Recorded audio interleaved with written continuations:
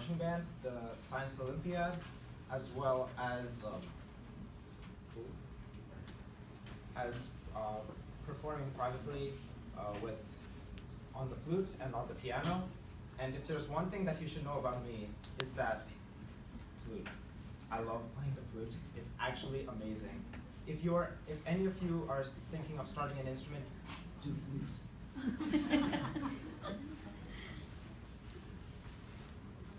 Now, about the Wild EP program itself, how many years have you been youth leaders, and why did you join the program as a leader in the first place? I've been a youth leader for 3 years, starting my freshman year, and then before that I was a student for 2 years. So I decided to become a leader because I really wanted to help other students, because I've been in that same position before, and I thought that I could share what I learned with them as well, and it was a great opportunity for me to improve my own leadership skills. I joined the program in 8th grade, and I was a youth leader in the 9th and 10th grades, and then I became a youth mentor in 11th grade. The reason why I joined this whole thing in the first place was because my parents forced me. However, let me finish.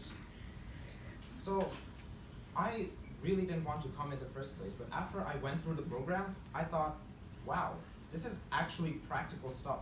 So then I decided to become a youth leader because, hey, if I can help other people realize who they are and to help them project their merits to the audience, I will gladly do that. And also, it's a great opportunity to sharpen my own leadership skills.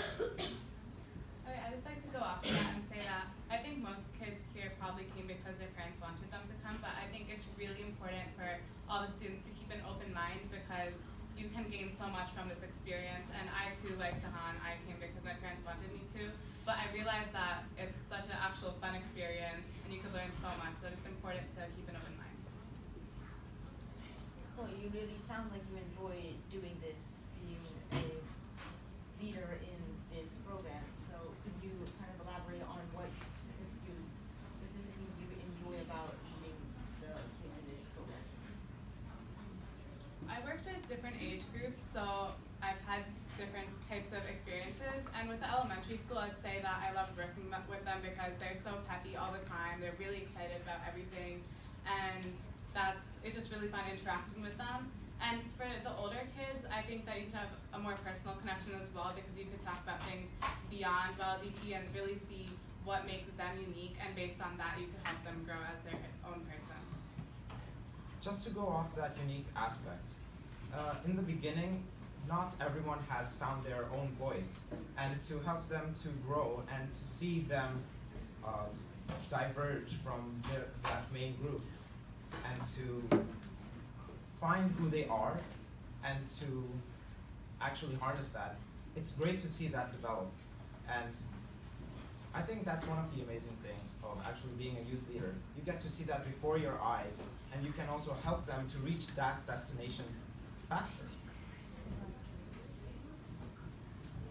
Judging by what you've said, it seems like you really like being able to help all the students here develop and grow. So this would definitely count as a kind of community action. And are there any other community activities that you take part in? Yeah, so I am a huge environmentalist, and I think that's very important. So I've done several things about that. I'm part of, I volunteer at the Plansbury Preserve, which is a nature preserve, and I love doing that because I work with the bluebirds and I can see them, actually I could see them hatch and lay their eggs and all of that. And I'm also part of the environmental club at my school. I'm the vice president for that, so that's really a great experience. And something else that I've done is I learned a lot from WildDP, and I could carry that over to my other leadership activities. So one of those was my Gold Award project for Girl Scouts, where I went to India and helped these kids at an orphanage grow. I taught them some STEM using a website called Scratch, and that was an amazing experience because they had so little, and I was able to really help them grow. All right, to go off what I've said before, I was part of the East Brunswick Marching Band for 5 years, and in 11th grade I was part of the Leadership Council, and 12th grade I was the drum major. And boy, let me just tell you, YLDP was actually a lifesaver. People listen to you when you know how to speak. And for every filler word you use, you, 3 people tune out, I swear. It's crazy. But I'm getting off on a tangent here. I also am involved in the Science Olympiad, and I volunteer for the New Jersey Special Olympics, especially for the bowling games, for people who are competing with special needs. And that's also a valuable experience because it shows you just anyone can achieve whatever they want as long as they put the hard work and they put their minds to it. And it's quite inspiring to see them complete that. So it really sounds like you enjoy being able to help people grow to their goals and dreams. So I would be willing to guess that there's at least one person out here sitting in the audience who's aspiring to become a leader in the future. And because you are such experienced leaders and you enjoy leadership activities, do you have any advice to offer to people who would want to become a leader in the future or who are already a leader now?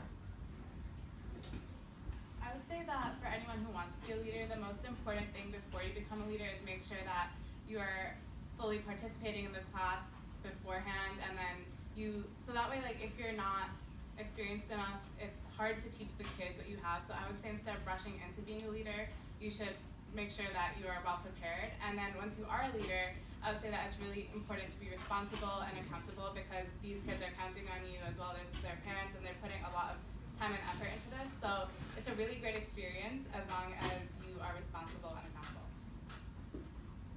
So honestly, the thing with leadership is that 30% of it is rehearsed and things that you're prepared for, and 70% of it is ad hoc and on-the-spot things that you have to account for because something has just come up and you aren't necessarily prepared for it. So leadership, so the biggest thing I would say is to be prepared for being unprepared, if that makes sense. Things will always come up, and being able to think on the spot like that is quite critical. And in my experience as being a leader and with seeing other leaders is that the most effective ones know how to deal with these situations in the most effective way possible at a moment's notice. Both of you have mentioned being able to prepare, whether it's preparing for the unexpected or preparing for what you know will happen and what you know needs to happen. And would you be able to tell any specific way to prepare? Is it practice, is it experience, or is there no real way to tell on how to actually prepare for it? Well, there's some things that you can obviously prepare for, whether it's planning for a meeting or deciding what groups for final presentations. But there are, like Sahan said, there's so many things that you can't be prepared for. And I remember, like, sometimes there are points at the final presentation where 2 people in a group just don't show up, and you have to know how to deal with that, how to redistribute the different slides to all the kids. And for that, you just have to be able to think on the spot, be intuitive, and just be confident in your own abilities to make the right decision. And just adding on to that, it gets better along with experience. And what you can do is you can think about all the possible things that will go wrong, write them down, write what you need for them in case it happens. Of course, you can't control whether or not an asteroid will hit this very room. But what are you going to do? That's the reality of life. Sometimes you can't prepare for it. You just have to make do with what you have. So in terms of what you can actually do, think about what you can't do and just mentally prepare yourself for it. And experience. Experience is very good. So it sounds like you really know a lot about this leadership and how to perform optimally. And this is all I had to say on this topic today. So you've told your advice, you've given a little bit about yourself. So what I would say to everyone else now that we're pretty much finished, is that if you have any dreams, you could follow, dreams to become a leader, you could follow the advice that they told you today. And go on, practice, do what you like, and go get it.